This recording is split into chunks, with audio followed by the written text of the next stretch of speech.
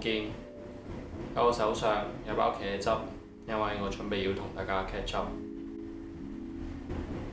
咁喺呢條片入面，我就會同大家分享翻我呢段時間買嘅幾對 Vans 啦。咁就一共有3對嘅，咁3對都係同唔同嘅日本嘅牌子 collab 推出嘅款啦。咁就會按翻我買佢哋嘅順序嚟講嘅。咁第一個呢，就係 Vans 同埋 Fundamental collab 嘅呢個 Slip On 啦。咁 Fundamental 呢個牌子咧，佢全名就係 Fundamental Agreement Luxury 啦。咁我唔知咩意思啦，但係就如果對日本嘅 denim 嘅牌子有認識嘅朋友，應該可能都會聽過嘅。據我所知，佢哋就係波奴方面比較出名啲啦，叫做喺 denim 嘅牌子入面用呢樣嘢，同埋同好多牌子嘅 collab 兩個賣點嚟叫做 differentiate 咗佢哋自己咯。然後佢哋同 Vans collab 嘅呢個 capsule 咧係歐洲限定啦，然之後有2款嘅，一款就係我買呢款 Slip On 啦，另外一對就係 Vans 嘅 Authentic 嘅。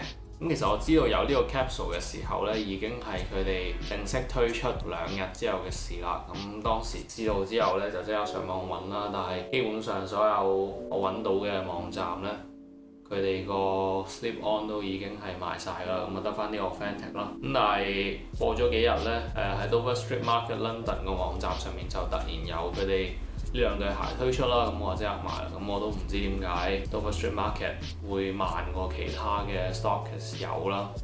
咁但係唔緊要啦。好啦，咁我睇翻個盒啦。咁個盒呢，我頭先都有提過 Fundamental 佢哋比較出名係做菠蘿呢樣嘢啦，即係日本嘅 patchwork 啦、拼接啦。咁個盒呢，佢成個盒除咗個底同埋抽出嚟呢面呢，都係有呢個菠蘿嘅 print 嘅。咁抽出嚟呢面呢，就印咗 Fundamental 同埋東京日本同埋 size tag， 跟住同埋一啲我都唔知咩意思嘅日文啦。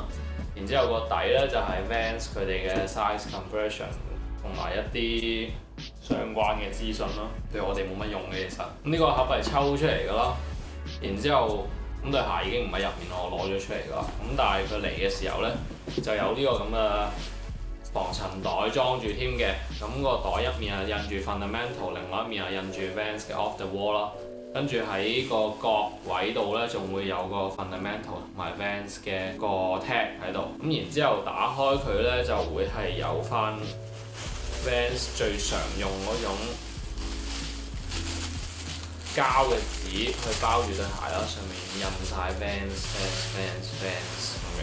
好啦，咁依家就係時候睇下對鞋啦。咁對鞋呢，就係 Vans 嘅 Slip On 啦，然之後成對都係用翻藍色嘅 Indigo 嗰隻藍色啦。然後呢，佢同普通 Slip On 最明顯嘅區別，除咗顏色上之外，就當然係佢嘅鞋面啦。但係完全用呢個日本特有嘅 Sashiko 呢種手工刺繡嘅工藝去做嘅布料去做嘅鞋面，呢啲布料係麻布嚟㗎啦，然後上面就會有呢啲刺繡啦，日本嗰度叫做 Sashiko 啦，咁全部都係呢種布料嚟嘅，但係嗰個花紋唔同啦，然後就再用呢啲唔同花紋嘅 Sashiko 嘅布去做呢個鞋面，咁2對鞋呢係對稱嘅，大家可以見到啦，咁就淨係呢個位呢，唔係用 Sashiko 嘅布料，呢個係一個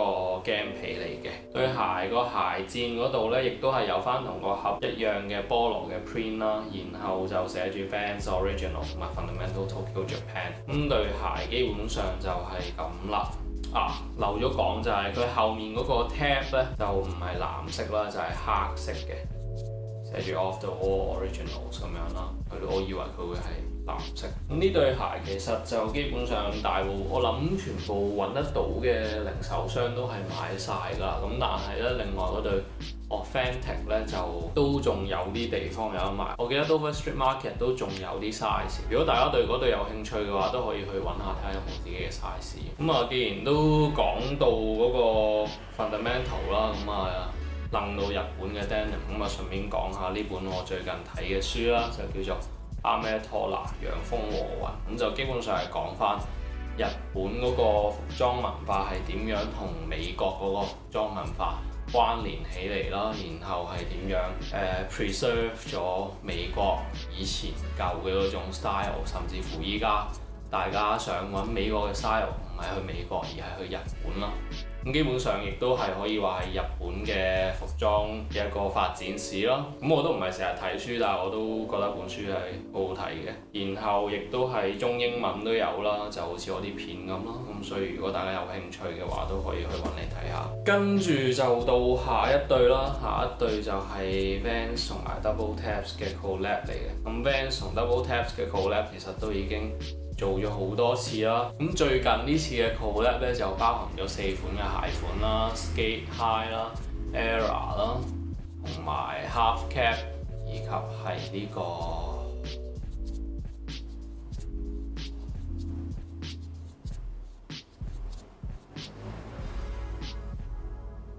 咁 Vans 同埋 Double Taps 最近呢次嘅合作咧，就包含咗3款嘅鞋啦，就係Skate High 啦，然後 Era 啦，同埋 Half Cap， 以及係 Old School，OK 係4款嘅。咁我就買咗其中嘅 Skate High 嗰款啦。咁佢哋個盒咧都係沿用翻最近呢幾次 collab 嘅 design 嘅。咁就上面係間條啦、打斜啦，然後係成個盒係黑白嘅，咁之前有黑銀啦，同埋係紅白啦，都有試過嘅。咁再舊啲我就唔清楚啦。咁其實個盒呢，唯一可以知道佢係 Vans 同 Double Taps collab 嘅地方呢，我諗就係後面呢度啦，寫住 Custom Made for Double Taps 啦。然後佢亦都係同啱先嗰對 Fundamental 嘅 collab 一樣，鞋底係一個 size 鞋底都係呢個 size conversion 嘅 chart 啦。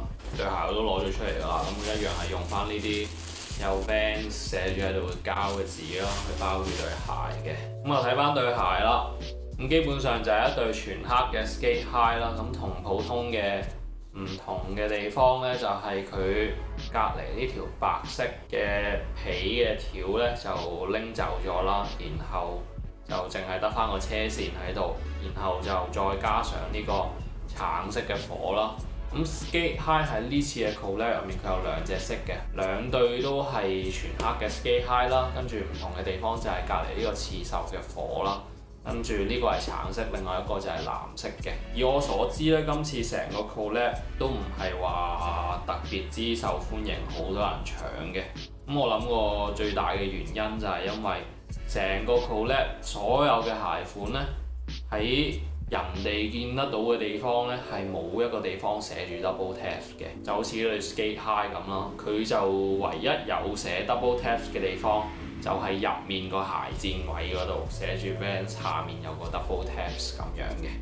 跟住以前嘅 collab 呢 at least 喺個鞋舌上面都會有 Double Taps， 以及通常呢度會有多個 tab， 跟住係 Double Taps 寫住喺度咁樣啦。咁今次成個 collab好似係冇一對有嘅，咁所以因為都唔係話特別受歡迎啦，所以如果大家對呢個 collab 有興趣呢，其實依家雖然話一般零售商已經賣晒啦，但係都唔係話好大嘅炒價嘅，所以大家喺個 aftermarket 嗰度買都問題唔大嘅。我諗應該都唔會有假嘢啩，因為唔係咁受歡迎。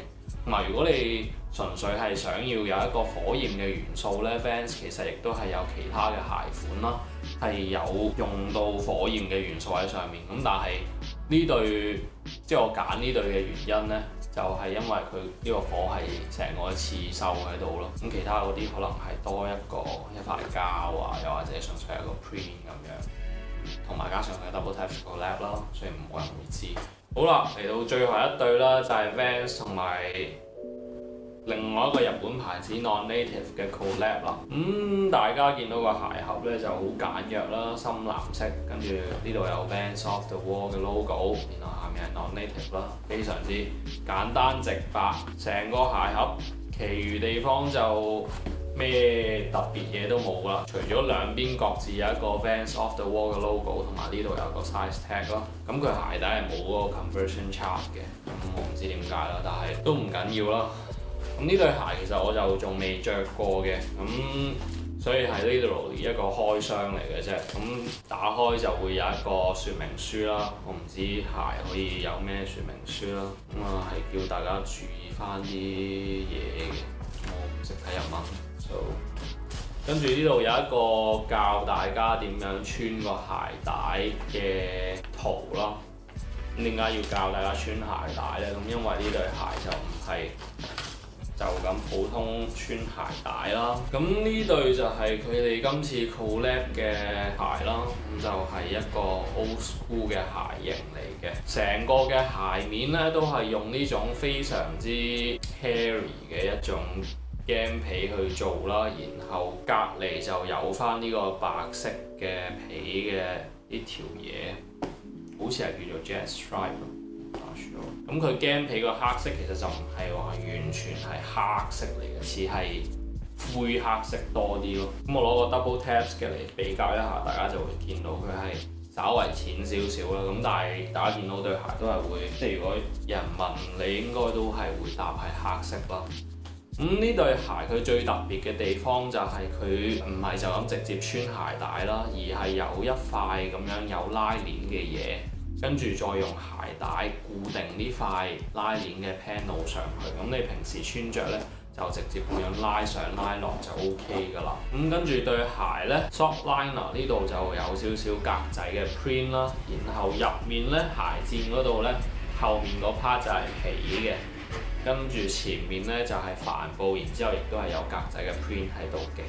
跟住對鞋另外有樣睇唔到嘅地方就係呢，佢個鞋舌呢同個鞋底之間係會有個 elastic band 連住佢嘅。咁呢個喺好多唔係完全用鞋帶去固定嘅鞋款上面都會有嘅呢個設計。跟住後面個 logo 係 Vans Off The Wall， 同埋佢呢個 tab 就用翻同個鞋底一樣嘅米白色咯。啱先 double tabs 嗰個係紅色啦，同埋呢個佢已經綁咗上去嘅鞋帶呢，就係一個圓條形嘅 rope shape 嘅鞋帶啦。然之後佢呢度啲 pair spare 嘅呢就係扁嘅。Vans 同 Non-Native 咁其實佢哋再之前呢，亦都係有過一次嘅 collab 㗎啦。咁一樣都係用翻呢個咁樣拉鏈喺度帶對鞋，就係 skate high 咯。基本上就好似個面料亦都係一樣係啲好 hairy 嘅 game 皮嚟嘅。呢對鞋我係喺 Non-Native 官方 authorize 一個零售商啦，叫做 Cover Court 啦。咁佢哋係有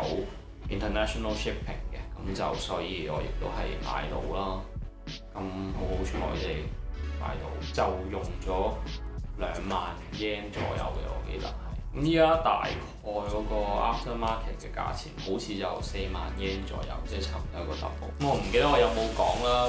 Non-Native 啲款咧，佢就唔係用 Vans 普通嗰啲印晒 Vans 喺上面嘅嗰啲膠嘅紙啦，咁佢就普通用翻呢啲靚嘅，同埋真係紙嘅紙去包對鞋咯。咁基本上3對鞋就係咁啦。如果大家有啲咩關於呢3對鞋想知我又冇講嘅話，都可以問我咯。完。